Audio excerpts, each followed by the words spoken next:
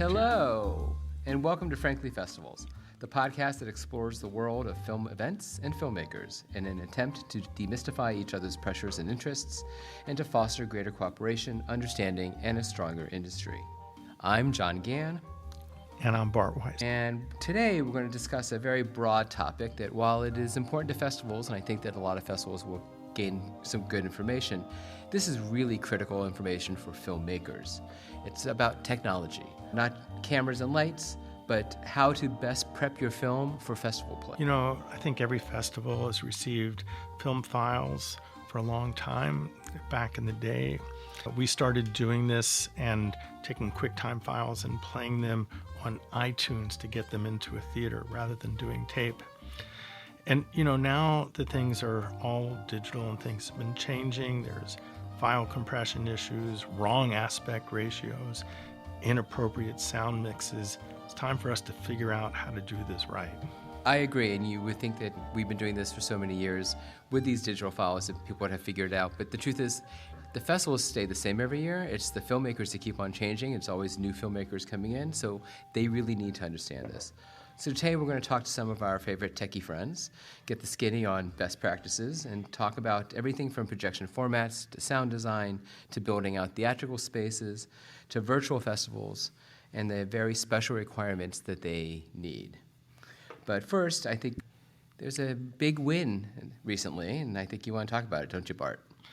Yes, so the Oscars were quite different this year, and I think it's a really wonderful thing that Sean Baker came away with so many Oscars. I don't think there's ever been a time when the director of the film that won Best Picture also happened to be the editor, which really goes to show you how hands-on he is and that he truly comes from the world of independent filmmaking. Indeed, when Tangerine played at Sundance, that sort of broke him out, and of course it was made on an iPhone, so I'm really happy about that.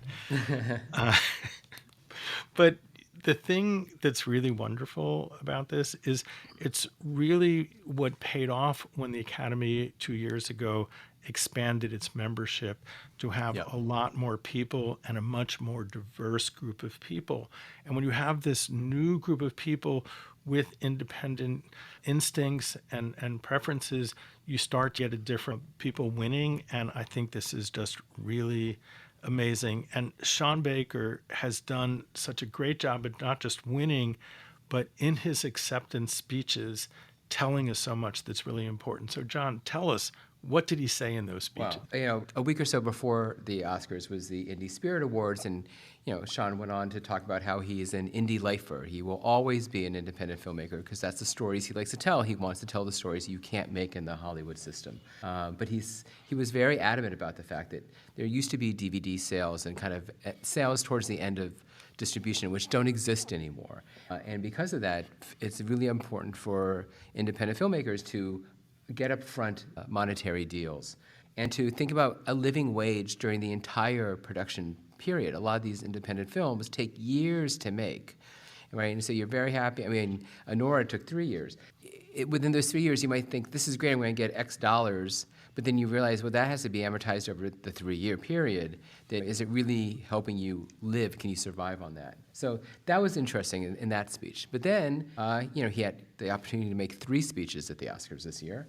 But the last one really hit me the most, and it was about the need to support cinemas and theatrical spaces. That it's easy to see a movie online and to watch it at home, et cetera, but the truth is, without the cinematic experience, we are going to lose a lot of what it is to not just enjoy films, but to make films. And I thought it was really extra sad that literally, as he was giving this speech, that in Washington, D.C., the E Street Cinema, which is our main art house theater, was shuttering its doors for the final time. That they decided to close a few days early, and in doing so, close on Oscar night. And so I just thought that was very sad and telling, and yeah. And I just might add on to that it's good to go out and see films at festivals in independent theaters. Part of watching a film is the communal experience. We all know that when you see a horror movie with an audience, it's scarier. You see a comedy with an audience, it's funnier. And so that communal experience is what, to me, film watching is really all about. And to sit at home and watch it by yourself or with your significant other or maybe even a few friends, it's not the same experience. Last week I went to a eventized thing at the Alamo. They were showing The Phantom of the Opera, which is, one of the worst movie musicals ever made. But when there, 500 people in the theater watching it, and waving roses and throwing around lights and whatever, it's funny. It has a whole different take, and it's much more interesting. So, It's yeah, a you're right. cinematic experience, not It just is a an film. experience. Yeah. And so this is why I think it's really critical that people who listen to this podcast, they are filmmakers and film festival people. You should be watching films in a theater. They just have they have a different impact. They work. Okay, so let's get into today's main topic. Sounds good. Our first guest is Garrett Sargent. In 2011, Garrett started Simple DCP, one of the first DCP creation sites for indie filmmakers. He's a motion picture editor based in LA with over a decade of professional post production experience, actually more than a decade. His works have been shown at Sundance, Cinequest, and Hamptons, and many, many other film festivals. Simple DCP has grown not only to provide film conversion for filmmakers, but full tech services for festivals and events. So I'm glad to have you here. Oh, thank you. Our second guest is Deb Shapiro, and as my people would say, Deb Shapiro is a real mensch. Deb is the CEO and head of production at Sea Polyscope Company.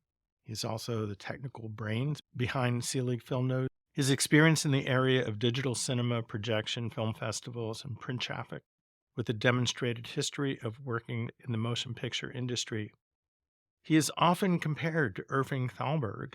Deb, did you know that? Oh, yeah, I knew. Oh, I didn't know that. Nobody ever told me, and I've known Deb for years. Nobody's told me that. He's a film historian and Bollywood movie poster fanatic, and also a great lover of Yiddish cinema. Great to have you here. And our final guest is my dear friend and brother from another mother, Kelly Baker. Known internationally as the Angry Filmmaker, Kelly is an indie filmmaker who has written numerous books, toured the country multiple times, speaking at universities and film events, and whose films have screened at dozens and dozens of festivals around the world. Kelly is also an accomplished sound engineer and has worked on many Hollywood greats, including with Todd Haynes and Gus Van Sant, and he just mixed my film, so I will put myself in that category of the greats. But before we start, hey, Angry Filmmaker, what are you angry about this week? I'm not really angry about anything. I've had a wonderful week so far, but it's only Monday. So we'll see what happens. So, Kelly, I need to know this. Right. Where did this name come from? Because I've known you for a long time and I've never seen you angry. A lot of other filmmakers actually christened me after seeing a lot of my early work. And I guess I can say I'm a hardcore independent. I've worked in the Hollywood side, but I've never wanted to go over there. I think I'm just really independent. And I think that independents really get the short shrift on so many things, especially in distribution. Yep, agreed. Well, and we just, before you guys came on, had a discussion about Sean Baker's win at the Oscars and how that's going to be hopefully a boom for indie filmmakers. So we shall see. Welcome all. It's really wonderful to have you all here with us on today's podcast. Dev, we have worked together for many years at the Dallas Video Festival. You've been such a great supporter, and just having you around makes me feel more comfortable. And we always run into you at some other of my favorite festivals, often with me having fun going to see films and you working hard behind the scenes, doing all this stuff. And then on top of that, interviewing people as well. Let me kick this off with one question for all three of you. Why is tech so important for theatrical experience? Who wants to take this first? I will. Bottom line is, if you don't have good tech, you don't have a good film festival. And why you're there. A lot of people think that the film festivals are about parties and the celebrities. And yeah, that is a big part of it. But if you don't have good tech, you don't have a screening experience. If you don't have a good screening experience, it really hurts the filmmaker down the road. And I have to go in with, as far as the audio is concerned, if an audience cannot understand the dialogue in your movie, you don't have a movie as far as I'm concerned. And I see too many things that are mixed too narrow. The music is climbing all over the dialogue. I think people need to take their time and really separate their tracks and get a good mix down, because If the mix doesn't sound good, people are going to walk out. It's that simple. Kelly, I just have to ask you this because you're the person who can answer this. Why do films sound so bad these days? Why can nobody hear the dialogue and we have to put up the closed caption tracks? When did this start happening and how did it start happening? I don't know when it started happening. And I think what we used to say all the time, especially in the independent world, is too many independent filmmakers do not value getting good sound on set. And Yep. what happens is they think anybody can run audio, and that's not true. Unless you have a dedicated audio person, it's why spend all that money on your camera person, your camera, all those things, and then not bring in anybody as a separate person for sound. And the sound recordist is so crucial. And on a low budget film where you don't have much money, you cannot fix those things in post. And I tell people over and over again, doing ADR, doing dialogue replacement is a last resort. It's not what you think you should do first and right out of the gate. The performance on set by your actors is everything with this stuff. If you have a good story and you've got great acting, you need to capture that acting and you need to capture their dialogue. Good actors, and I've worked with some actors who were incredible, who could repeat their performances in ADR and do an amazing job. There are so few of those. I've worked with a lot of big Hollywood actors over the years, and most of them can't do this for shit, and they're professionals. And so the whole thing with sound mystifies me because it's always the people who can least afford to do post production, and especially post audio, are the ones that don't think about sound and don't hire a specific recordist and their equipment for their shoots. I will say that as a festival programmer, I have passed on many films that could have been really great, but because I couldn't understand a damn thing they were saying, there was no way I could possibly show it to an audience. Because all I need in a room of 300 people watching a movie is for one person to say, "What did she say?" And the entire room is out of the experience. And so it's really critical. I know that so many filmmakers concentrate on the visual and the special effects, all this other stuff. But the truth is, without a good mix and without, as you said, starting at the beginning and recording it well to begin with, you have nothing. Well, if I may say one thing in defense of filmmakers, I think that there is a lot of obfuscation around how films should be mixed today. Many, especially green filmmakers, people who are used to their current modality, they deliver for the web. And when people enter into the cinema space for the first time, I think they're confronted with a very new reality, which is that you can't take your mixes to the top. You have to use the latitude of your sound mix appropriately to get the best results. That there is a balance that needs to be struck between films. One of the constant threads that we have to tread with filmmakers is that short film blocks tend to be a mixed bag of nuts. We have some that are appropriately mixed. They go all out, all of their T's crossed, I's dotted. And then there are some that were mixed with a pair of AirPods on a laptop intended for YouTube. And that's where a lot of people get flummoxed in that mix, is that there's just not, the same rhyme or reason that you might expect from a feature length presentation in a theater. Yeah, and I would say along with that too, it's just levels. I've sat through plenty of shorts blocks in which one film is barely audible and the next one is blasting your ears out.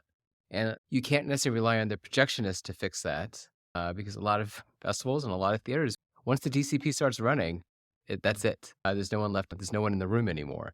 It's really imperative that a proper mix is created so that it sounds right from the beginning. And I just want to say one thing.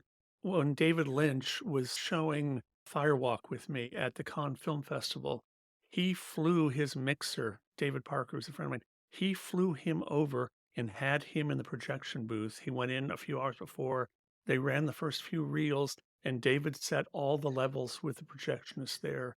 Lynch was so fanatical about how important sound was that literally he flew his sound mixer from the Bay Area to France. So, Deb, you're often there ingesting the material into the projection system. Do you have the ability, or do you, in a short program, adjust the different levels? Do you have that ability, and do you have the time and effort to do that? Like Kelly said and Garrett said, there's most film festivals then do not have a projectionist on scene. So basically, if you have a company like ours that we have projectionists up in booths, we can mix it a little, but it's just really hard. It's just like Garrett said, you really need a really mixed DCP to be very successful. And that's the whole thing about DCPs is that if it's DCPs made correctly and it's mixed correctly and everything's perfect, play anywhere in the world and Yeah. have hardly any problem. That's what it's supposed to be. I also think that there's obviously lots of festivals that use DCP and are in theaters, real cinemas. But so many festivals, especially smaller festivals, are using community rooms or libraries or auditoriums that don't have DCP. And for those, most of them are showing in 2.1 or 2.0, just two speakers in the front, no surround. And so when you send your 5.1, your 7.1 mix to these festivals, the whole mix is lost in this. And the dialogue, unfortunately, is the channel that's most likely the one to get lost first. And so I've always told filmmakers, if you can, invest in two mixes, the big theatrical mix, which you can put on your DCP, because chances are if you're playing a DCP, you're going to be in a legitimate cinema room, and then have a two mix that you can put on your MP4, which is what you're going to send to the smaller festivals. But at least the audience will have the same general experience, but at least they'll be able to hear what they need to. And I think, John, as well, is that filmmakers need to have a discussion with the festival about what is the theatrical experience? What are you playing it back on so they can give the right mix to it? Yeah, I agree. I think that festivals just say blindly, send us your files by this date, but don't necessarily say you're going to be playing in a 400-seat theater or you're going to be playing in a 50-seat library room to send the appropriate film to us. Communication on both directions would really help. Yeah. I think it's also very interesting when folks are headed to film festivals for the first time. It's usually their first foray into some of the more advanced formats and techniques that are used, to good effect in cinemas. I think that a 5.1 mix, for example, is usually thought of by most people going into it that it's about your surround channels, that it's about achieving that effect around you. And those can definitely be used to good effect. But when you get into a theatrical environment, you understand that it's more about being able to play to a space that's as big. Play, for example, a stereo mix in a very large room. You start to hear what the impact is of having dialogue in your left and your right channel simultaneously. You get Yeah. echoes and reverbs and things that you didn't hear when you were listening to it on a set of headphones or speakers in a small room. And you start to understand too what it means to deal with the effects on sync and just the amount of impact that space that it requires for sound to travel through. We had an experience very early on where we had somebody playing in the Dolby Theater in Hollywood. Now, that room is so large when they hold premieres there. There is a sectioned off group of seats right in the center. That's where your key people sit. They're only allowed to sit there because the difference in sound sync between the front row and the back row is a full 2 frames of difference. So your experience watching that movie will change depending upon where you sit. Incredible. Good to know. If we go to the Dolby Theater, get those seats in the middle. So when you're at the Oscars, don't sit in the front row, sit in the middle. That's incredible. Let's talk about this complex format and try to demystify the DCP. Garrett, you were very early into the DCP realm. I remember when I was running DC Shorts, I went to you when we first converted to DCP 10, 15 years ago. Then it was incredibly expensive and very difficult, et cetera. But I still don't think people understand what is the format and why it was created. So Hollywood has sought to distribute films digitally for decades. And the big hurdle that they needed to get over was making certain that if they were going to commit to a digital format, that it could be comparable to 35 millimeter film. And so you needed the sign off of every creative in Hollywood who was willing to jump into such a format. And it wasn't until Texas Instruments came up with their DLP technology and started showing that off in late 90s, early 2000s that you started to get cinematographers saying, okay, I can see this working. It had high enough fidelity, enough colors that it could address. It was able to use the same light engines that were being used in a conventional 35 millimeter projection, that people started to really go for it. And then early 2000s, they started actually, developing the first beta formats of DCP that could be used for commercial projection.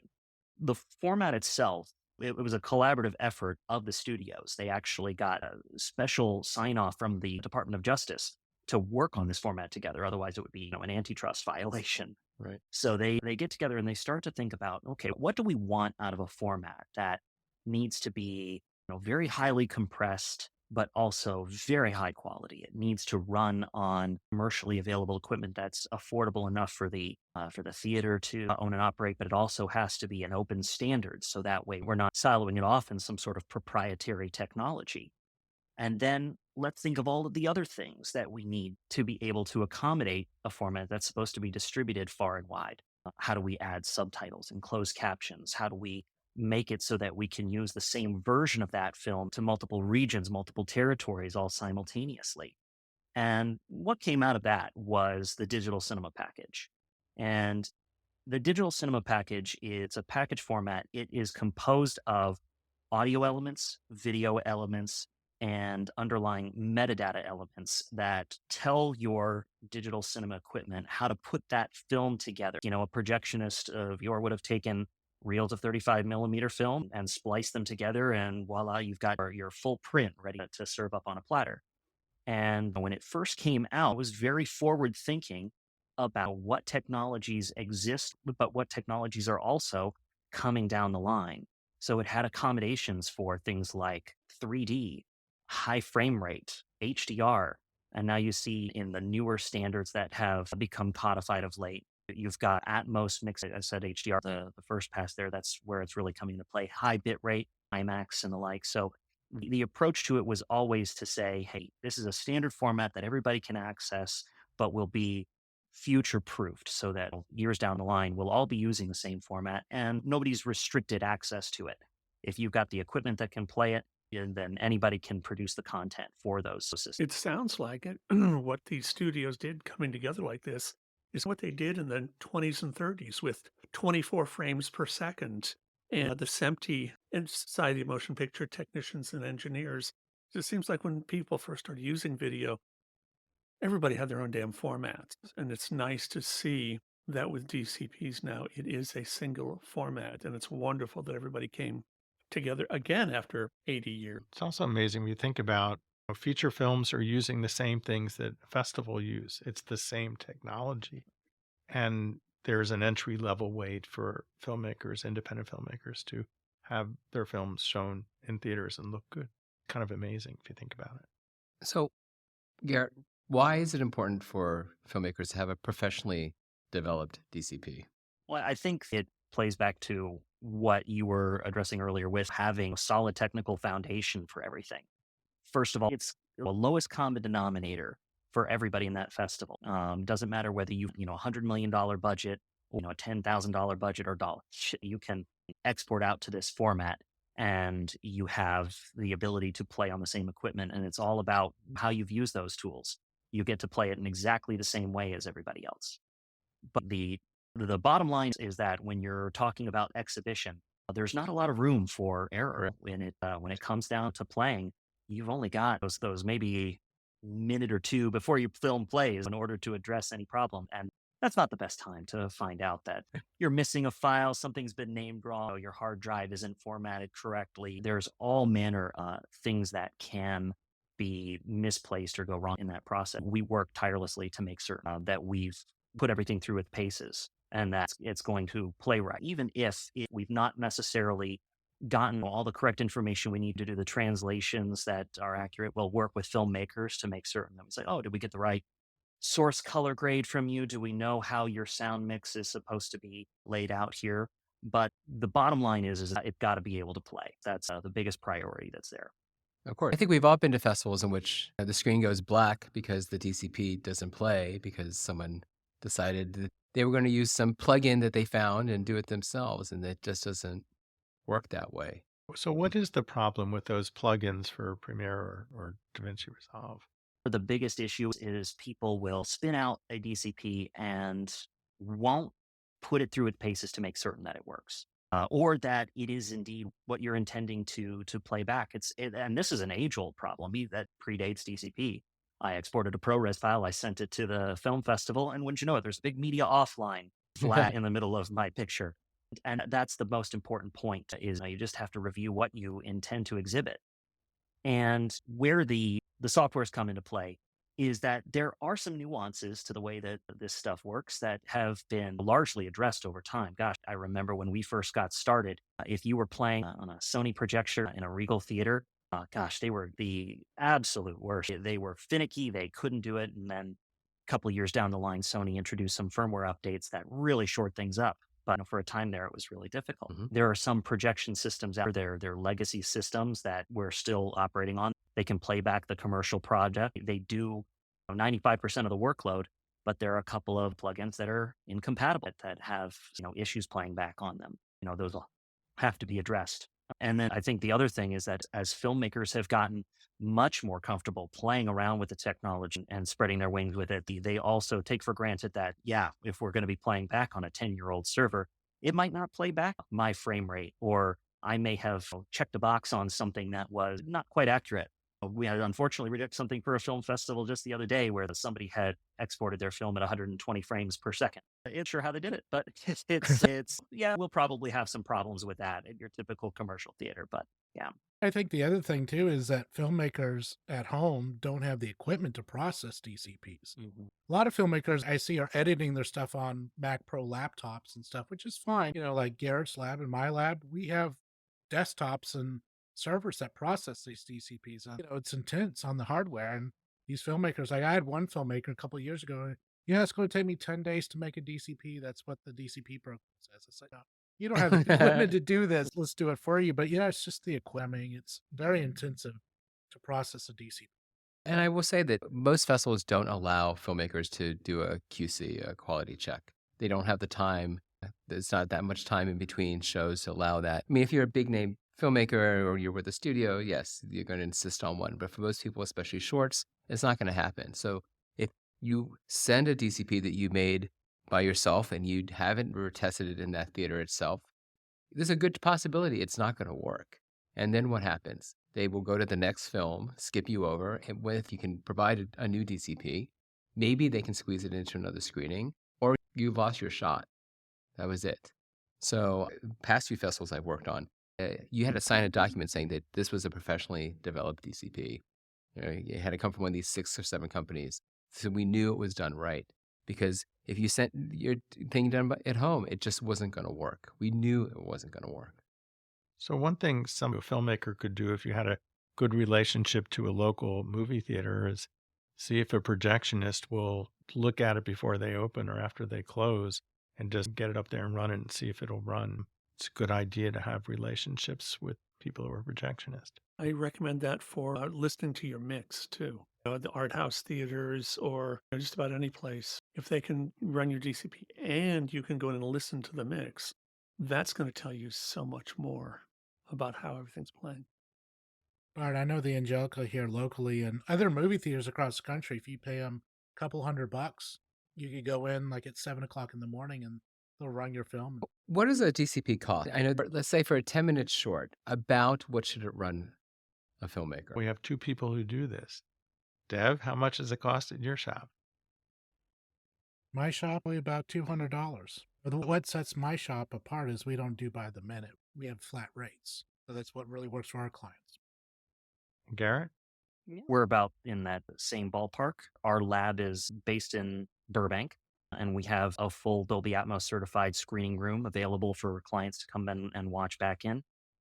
We archive films for posterity, making certain that filmmakers have access to them.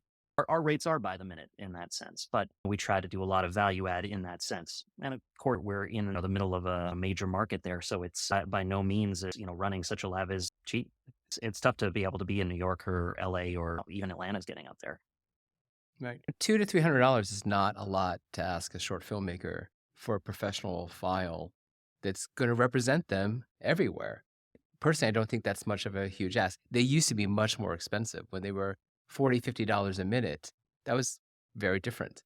But now that it's come down in price, to me, I don't understand. I mean, you're budgeting for food on set and extra hard drives, et cetera. What's a few $100 budgeted in so that you have the proper format you need to screen at a festival?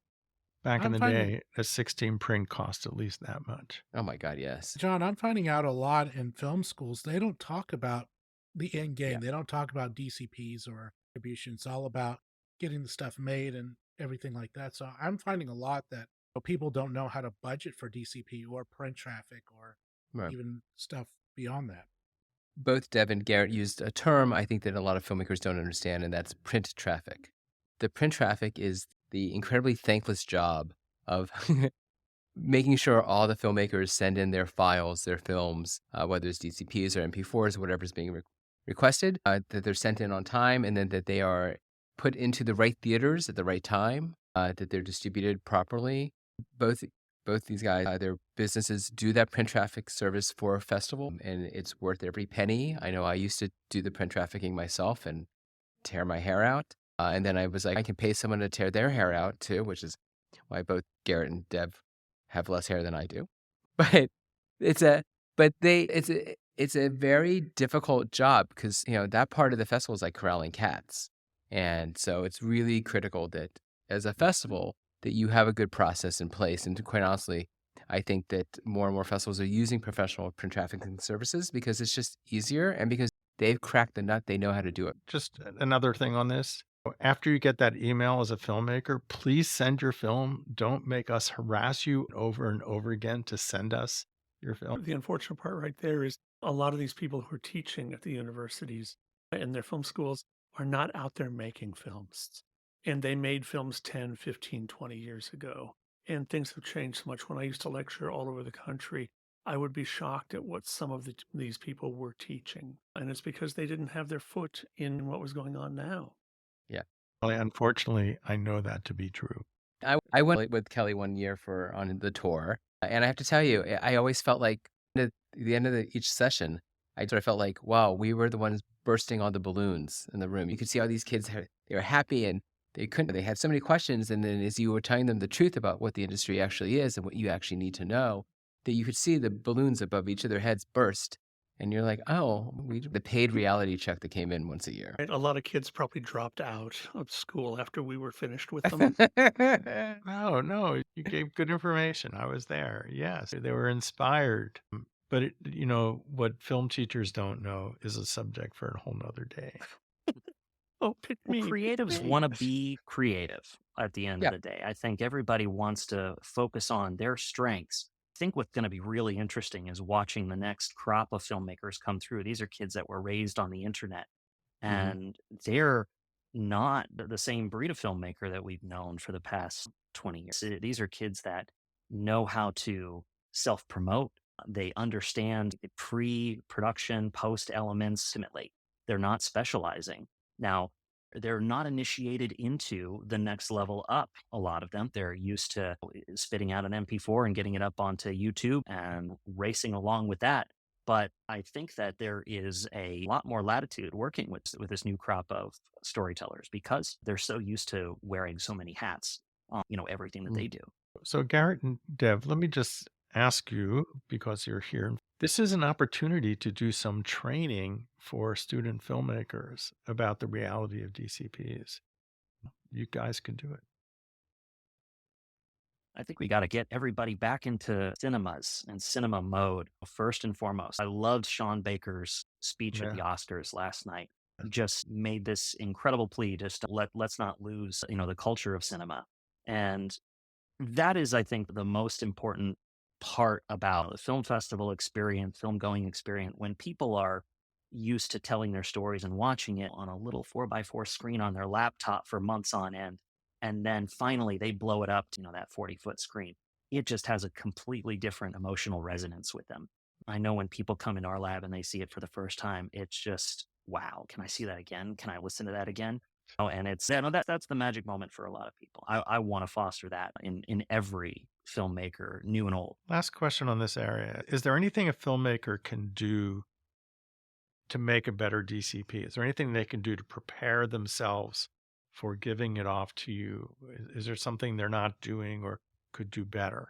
I would say once they're in the post process, find your DCP lab, whether it be Garrett or myself or another professional lab. Find your DCP lab, start your communication early in the game. because we're here to give advice. Because if you're successful, we're successful. And so my advice would be is find your DCP lab early on, communicate with them of what you want to do. What is your end game? Is it festivals only, or do you want four-walled theatrical distribution? Just communicate with us very early. We can help you. We can help you through the process. And I think that's how a filmmaker would be successful. To add on to that, communicate with us, but also make certain you're in communication with your team. The biggest problems that we encounter are from filmmakers who have completed their post process, and everyone who is intimately familiar with the technical foundation of their film has moved on to the next project. And it's only then that they make considerations for what the next step should be. Okay, I've finished my film. I'm just waiting on my acceptance letters from Film Freeway. And okay, now I've got one. Now I have to spit out my film and I have to figure out how I'm going to get it onto the big screen.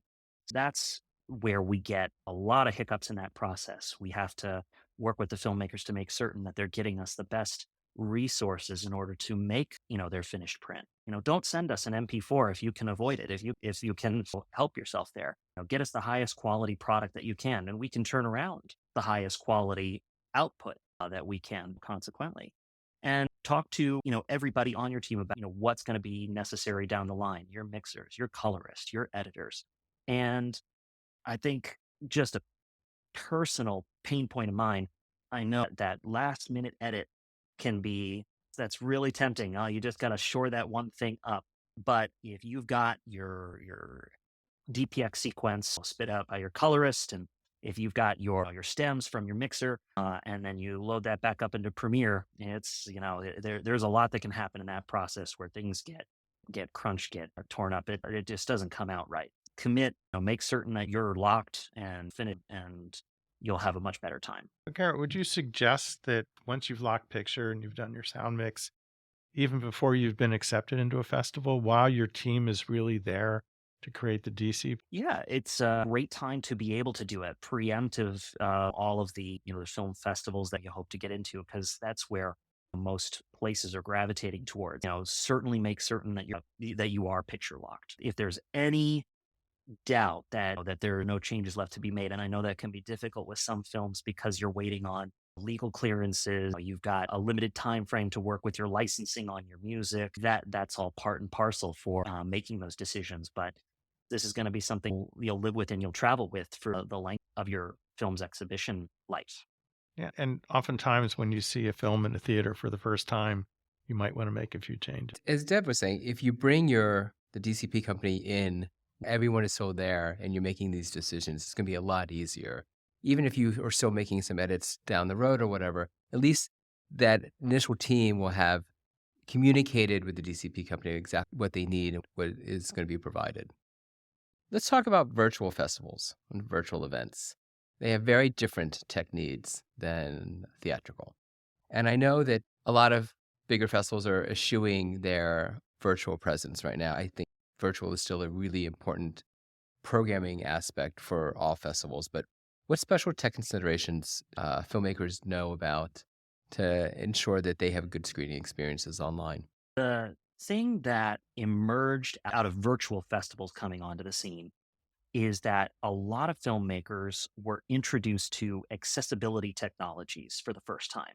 They got to screen their films with closed captions, with descriptive audio, and they were able to find a whole new audience that oftentimes felt themselves excluded from, the film festival track.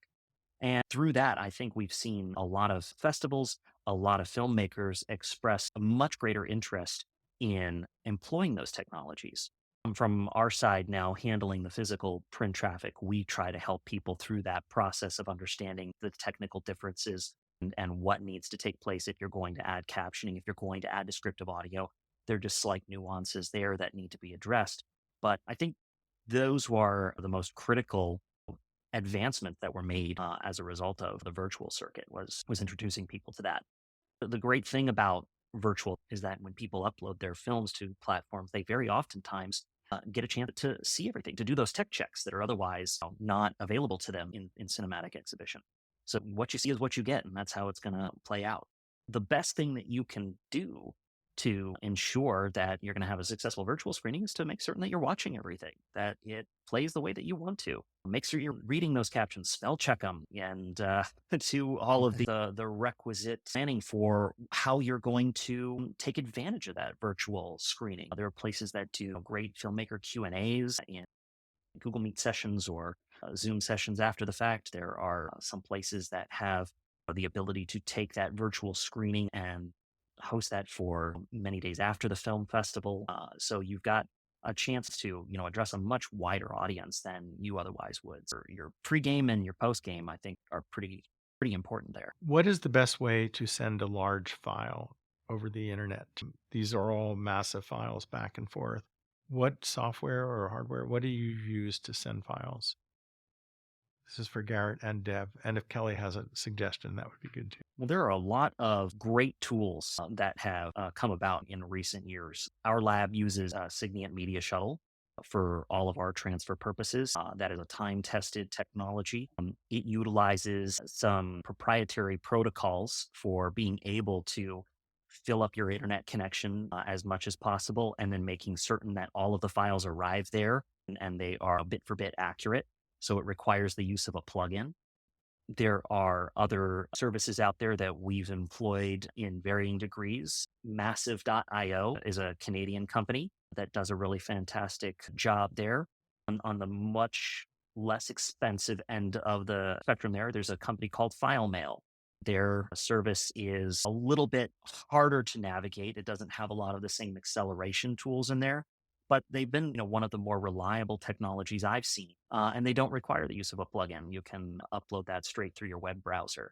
Dropbox is a tried and true technology. They've gotten much better over the years. Oddly enough, the one that I used to recommend all the time to people, and I've now had to caution them on, is Google Drive.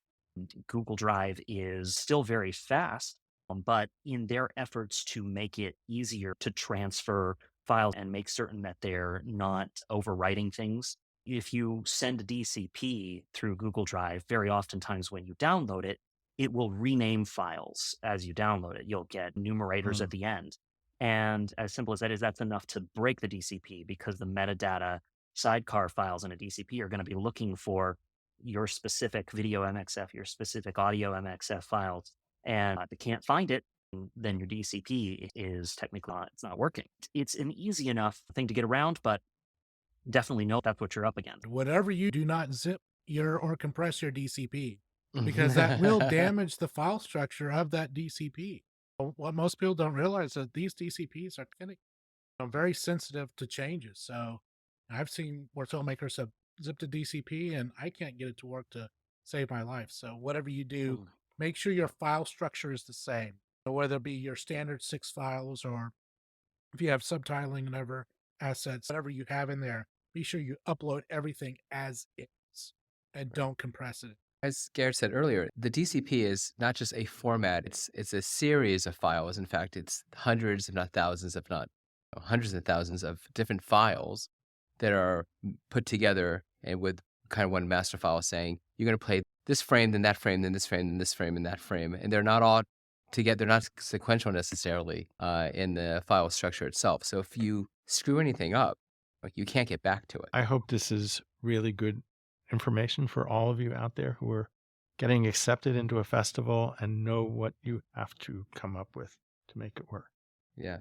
So I want to talk quickly about outfitting spaces for festivals. I know we have a question later on that a filmmaker sent in. Deb, I know you work a lot with non-traditional spaces. What are some things that festivals should look at when they're looking at non-traditional spaces that make better theatrical experiences? No, windows. Don't have windows or lightly. You'd be surprised. A lot of these community spaces, whether it be libraries or convention centers, are now putting up these massive windows. And, that really harms the experience. But also to really spend your money on good playback. Bart used to use Playback Pro. He would recommend it religiously to everyone. And that was a really good tool to play back non-DCPs into non-traditional spaces. And just have a tech guy on hand. I mean, that tech guy is you got to feed him, you got to pay him, but he's going to make everything run. And if anything does go wrong, he's going to be there to fix it right away. So have a good tech guy, do away with Windows, and try to button up the space. If you're going the digital cinema route, you're more assured than anything that you're going to be in a professional venue and in a place that you'll be proud to exhibit your film. It's already going to be outfitted with all of the things that you need, provided that it is a theater in the classic sense. I've seen some venues play around with some very interesting concepts. I think there's a Cinepolis now that has a playground in it for watching back films if you've got young children there. But I haven't seen one at a film festival yet. But that's the thing that you can be most assured of is that when you've got a festival that's doing digital cinema, they're going to be exhibiting it properly. You're going to be happy with the results. And for someplace that may not have a DCP, we're just looking for a space to show a film, not having windows clearly, but also someplace that's acoustically good. Kelly, I'm surprised you didn't say this. So sometimes you work into a space and there's too much reverb, and no matter what you do in mixing the sound, you're not going to hear the dialogue.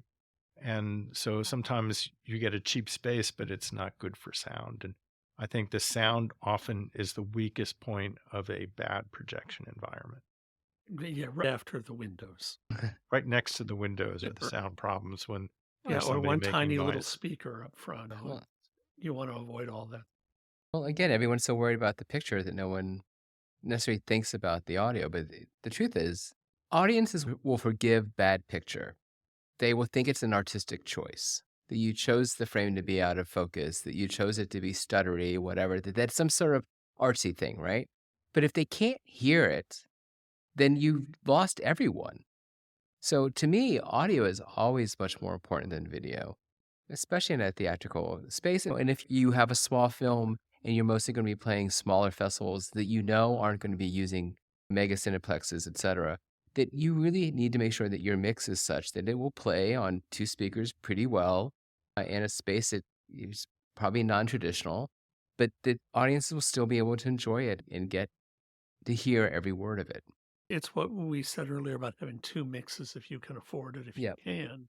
The simple stereo mix for not just the internet plays well in a lot of rooms in a lot of places. And then the big one for when you have the venue that can support that. But a lot of the small films I'm seeing come through my place anymore, they don't want the 5.1. They don't want that because they know they're not going to be playing at Right. places like that. And I strive to give them a really, really good stereo mix. And I think that's really important too. And quite honestly, if your film gets to the point where it needs a 5-1 mix, then you do it at that time. It's Right. not you have the information already. You can do that. But if you're going to be playing festivals, then a good two mix is a great thing. And the way I do things with the people that I work with, filmmakers too, is I tell them we're setting it up for this. So you've got a nice 2-track mix, a nice stereo mix, but I mix two stems. And Mhm. so I'll have the stem, the dialogue, effects, music, everything separated. So if they want to come back for a 5.1 or something else, or, oh my gosh, we're playing in Europe, and is there any way we can get a track without the dialogue? We're all set up for that already. We can pass that on to them. It's just working with a mixer who knows what they're doing and has an idea for the different formats, the different possibilities that are out there. And then coming early to us and explaining what you want to do and what the final area that you want your film to be able to play in, we can do that. But we're also going to do things so that if your film does get bigger, we can make some changes and give you a new track without starting from the beginning. I think it's important for filmmakers that don't have a sensitivity to sound to have a good friend who can support them and help them along that process. And because a lot of filmmakers just don't have that sophistication, and, but you need somebody to trust you to move and spend the money in the right places that are going to make a real difference. So this is one for everybody. If you could give one nugget of advice for festivals, what would that be? What could we do as festival directors to make your lives better? This is your chance to tell us what to do.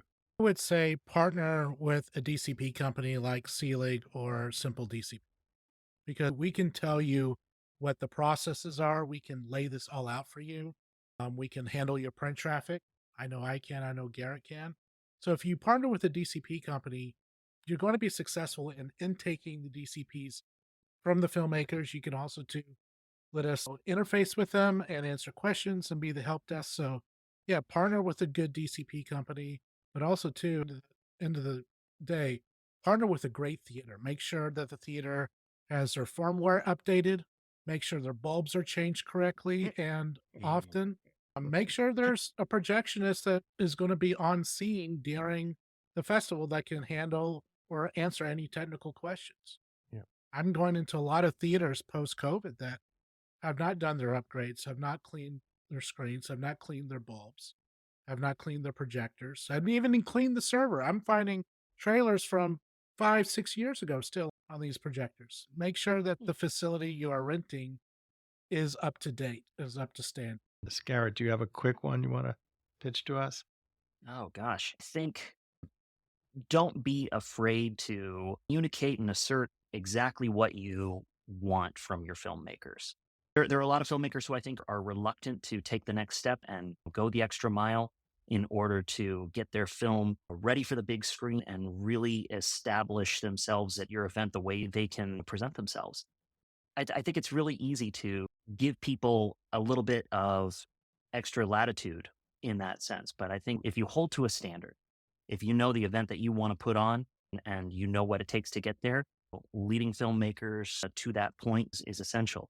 Holding everybody to the same standard and making certain that each filmmaker is going to not only present their film the best way, but they're going to lead into the next film and everybody else is going to have a good time. Your audience is going to have a good time when you hold to that. And as I said, just communication. I know that's as hard for you guys as it is for the filmmakers sometimes. Everybody's busy. Everybody's got a million things they're doing all at the same time trying to prepare for this. But staying on the same page is critical.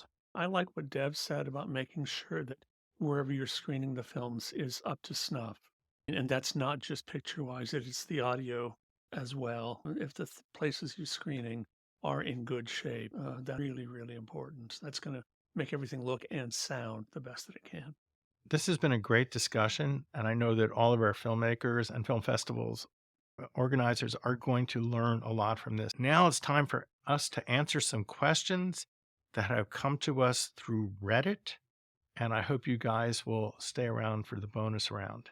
So, John, do you want to read some of these questions? But I want to add something that you can put back in later on, earlier in, okay? Both Deb and Garrett used a term I think that a lot of filmmakers don't understand, and that's print traffic. The print traffic is the incredibly thankless job of making sure all the filmmakers send in their files, their films, whether it's DCPs or MP4s, whatever's being requested, that they're sent in on time, and then that they are put into the right theaters at the right time, that they're distributed properly. Both these guys, their businesses do that print traffic service for a festival, and it's worth every penny. I know I used to do the print trafficking myself and tear my hair out. And then I was like, I can pay someone to tear their hair out too, which is why both Garrett and Deb have less hair than I do. But it's a very difficult job because, that part of the festival is like corralling cats. And so it's really critical that as a festival, that you have a good process in place. And quite honestly, I think that more and more festivals are using professional print trafficking services because it's just easier and because they've cracked the nut, they know how to do it. Just another thing on this. After you get that email as a filmmaker, please send your film. Don't make us harass you over and over again to send us your film. Really? Yeah. Okay. So, questions. Okay, so yeah, Garrett, Devin, and Kelly, please join in where you want. The first question actually is on topic for tonight. This question was just posted today, actually. The writer says, I've noticed some smaller film festivals are combining shorts into a single block by rendering them together so they play as one file. Has anyone heard or seen this? I'm curious as how common this occurrence is. So Bart, how common is this? I think for smaller festivals, this is happening. The truth is, for most small events, this is the only answer they have. This is the only thing they can do. Because, again, they're not going to have someone at the computer the whole time running file after file. It's just easier to string it all together, especially when you're talking about not just films, but sponsor messages and interstitial, the little announcement before your film so people know where you're from and etc. It's just easier. And I know I used to do this when I was at DC Shorts. The problem is because there's so many conflicting aspect ratios and frame rates and audio mixes that the festival has to take the responsibility to do that as professionally as possible. That they can't just throw them all together in Final Cut Pro and say export. That they have to go through film by film to make sure that they are indeed mixed together so that they're all playing the same level, so you're not blasting someone's earlobes out in one film and no one can hear the next one. And I think that as a filmmaker, again, it's their responsibility to find out what type of venue you're playing by asking the festival. Am I playing a non-traditional space or a small auditorium that isn't necessarily DCP ready? Or am I playing a large multiplex in which the DCP is required? But yes, for most festivals, that's what they're doing. And there's nothing wrong with it necessarily. It's just, it's easier for everyone involved. I just think that festivals who do that, they don't take the time to address the aspect ratio, address the sound issue, and they're doing it at the last minute. They're putting everything together and pushing render and going. I had one festival, I'm not going to name the festival. I take all their stuff, put it into iMovie and render it and show it. God, you're killing me. You're killing me. That said, I used to run DC Shorts for years off of iTunes because it worked. Because it was a universal player. It would play lots of different file formats, etc. And our friend Dan wrote a program, Simple Cinema, which I think is still available, which did basically the same thing too. But it's for small events that they can't afford to have DCPs because they're in small venues and they can't rent the DCP equipment, et cetera, or it won't work there. That this is how I would say a lot of festivals are showing films. Next question. Okay. Hey, I'm very new to the film festival submission world, and I have a short that I made and submitted in the experimental shorts category. But I got a recommendation a few days later before the deadline to submit for first time director and best original score and best editing. Is this a tactic to get me to pay more for submissions? Or did they already watch it and are recommending this because they know that I would probably do better in a different category? Okay, so my first initial reaction to this was, this is scammy as hell. That the truth is that legitimate festivals usually don't have categories you submit to for tech awards, such as best director or best score. These are aspects that come up organically as they're programming films and saying, oh, this is a really amazing score. We should put this on the list of people to consider for best score if they're giving that type of award. If this festival was saying you should submit to these categories and there's no charge for it, then I would say that's fine. But if they're asking you to pay a different submission fee for each of these categories, I would probably withdraw my original submission and move on to another festival because it sounds really scammy to me. So I also want to touch on real quickly the differences between awards by audiences, awards by programmers, and awards by juries. Audience awards are, as it indicates, they are usually ballots given out during the film, before the film, that the audience chooses their favorite film. Some festivals do this a little more equitably than others, but usually the film that has the most people there supporting it to begin with usually wins that award. It's not a great award to win, but I take it with a grain of salt. It's meaningful to some people. Yeah. And by the way, I have a policy. If I didn't pay for a ticket, I don't vote for an audience member. I think the audience that paid for the tickets should choose that. Okay, that's a good policy. Then there's programmer awards, which is the programming team getting together who have most likely have seen everything and can compare apples and oranges equally and make those decisions. And to me, those are some of the most important awards. And then there are jury awards, which is a lot of festivals will bring on a jury. Berlin was just a few weeks ago. They have 2 juries, and the juries watch all the films in competition, and they choose based on some criteria that's within their sphere. But they're not the programmers. They're not making decisions based on the whole zeitgeist of the festival itself. They're making it on those specific categories that they are the jury of. And those are, of course, very prestigious awards. No one's going to give that up. In fact, a dear friend of mine actually just won Berlin for Best Documentary. So and that's a big jury award, and that's a huge thing, and that will definitely set that film on the road to Oscar consideration for next year. Okay. Next question. Okay, my low-budget horror short just ended an almost year-long festival run at 14 festivals. I'm now looking at the online release. I was rejected by a few distributors, and it probably is too low budget to be considered for short of the week, which is Vimeo. What should I do? A friend of mine runs an entertainment YouTube channel with about 30,000 subscribers. It's not an insane amount of people, but what do you think is my best bet at this point? Kelly, you're big on self-distribution. What do you think? Here. You know what? Get a dog, go cross country. I mean, that's what I did. And think of all the people you meet. Yeah, that you still hang. The self-distribution thing is a ton. You can see my work off my website to somebody on YouTube. I'm not sure I see the value. I'm just starting out and you just want people to see it. The odds are you've done the film festival thing, unless somebody's going to pick it up for some kind of mission, you have to look at your film and say, okay, this is what I think the market would be for this.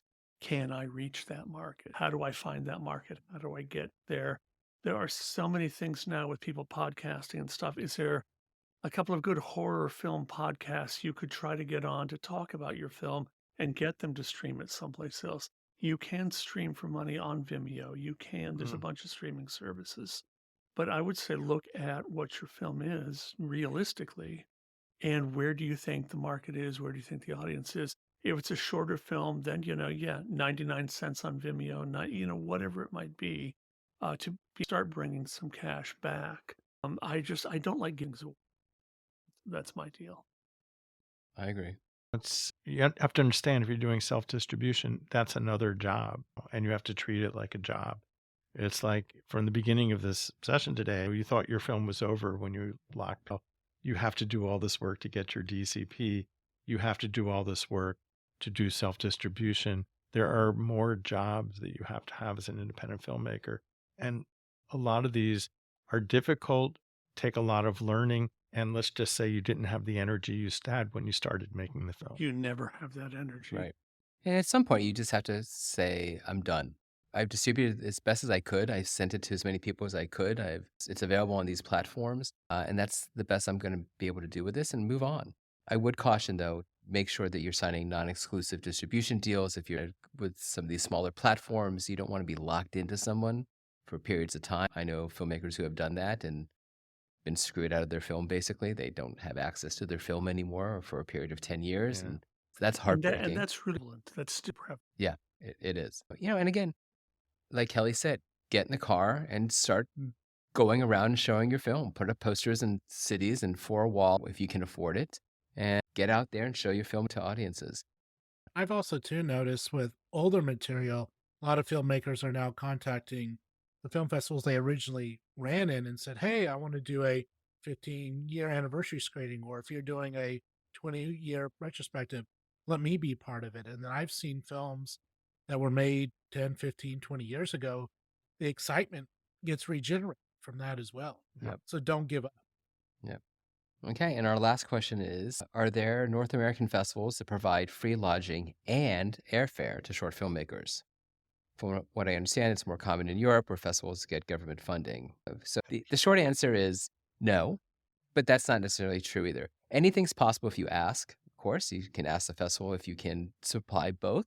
But the realities of traveling in filmmakers is it's incredibly expensive.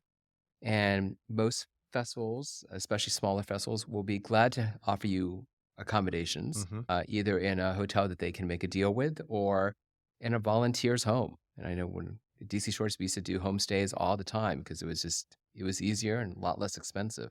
Our deal was if you could get to Washington, we would house you, we would feed you, we would provide you with local transportation, we would make sure you didn't have to take your wallet out at all while you were here, but you had to get here. And we couldn't help you with that. We just didn't have a budget for it.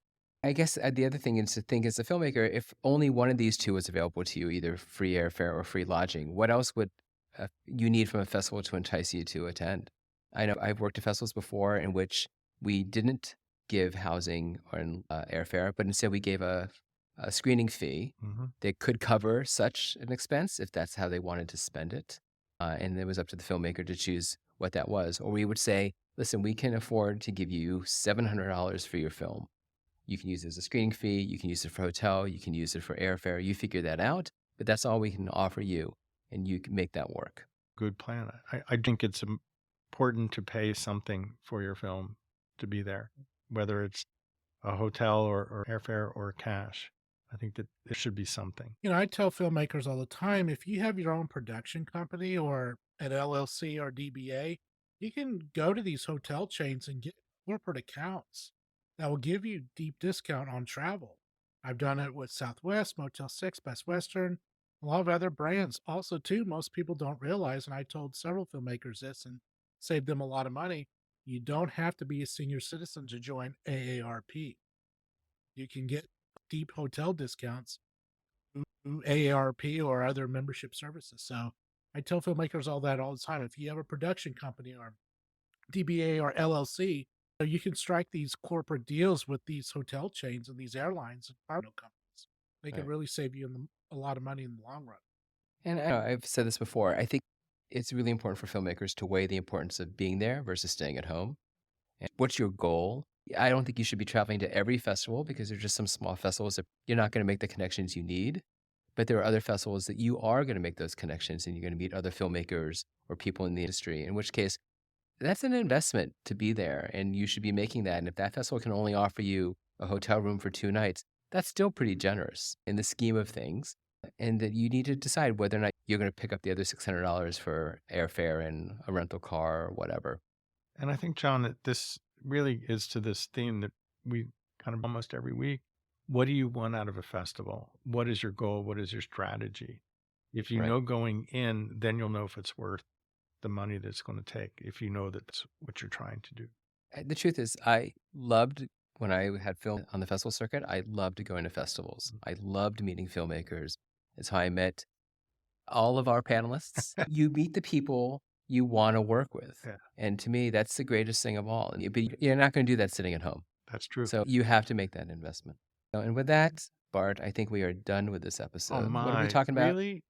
It was so much Yes. fun. I don't want to say. It was actually a really good conversation today. Really important stuff. But what are we talking about next time?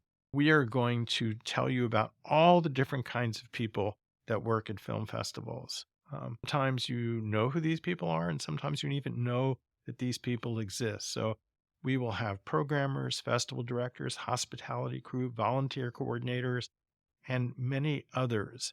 And while some of these are done by one person at some festivals, in some places there are a lot of them. And we will have many of them here to let you know what their jobs are, how to make their lives easier for you guys, and what you can do for them to make their job easier. So make sure you hear our next episode. Yes, I'm looking forward to the discussion. I think it's important to know who works at a festival, not just so you know when you attend. There's jobs everywhere. Maybe you decide, man, maybe I'm a decent director, but I'm a really good volunteer coordinator. Maybe that's what I should do with my life. And don't laugh because some of the volunteer coordinators I know are worth their weight in gold because they are so good at what they do. Okay, so with that, remember to subscribe to Frankly Festivals at franklyfestivals.com or on Substack or wherever you listen to your favorite podcasts.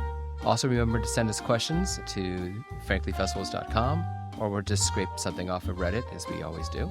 A huge thanks to our guests, Garrett Sargent, Dev Shapiro, and Kelly Baker. You guys are amazing, and I thank you from the bottom of my heart for being here today. And of course, a huge thank you to our incredible producer, Carrie Sheehan, who makes us sound great and makes sure we are all on time. And of course, I cannot forget this, but a huge thanks to you for listening and contributing to this podcast. I will leave you with these wise words that I leave at the end of every episode. There is a festival for every film, but your film is not for every festival. Figure it out. And with that, thank you very much.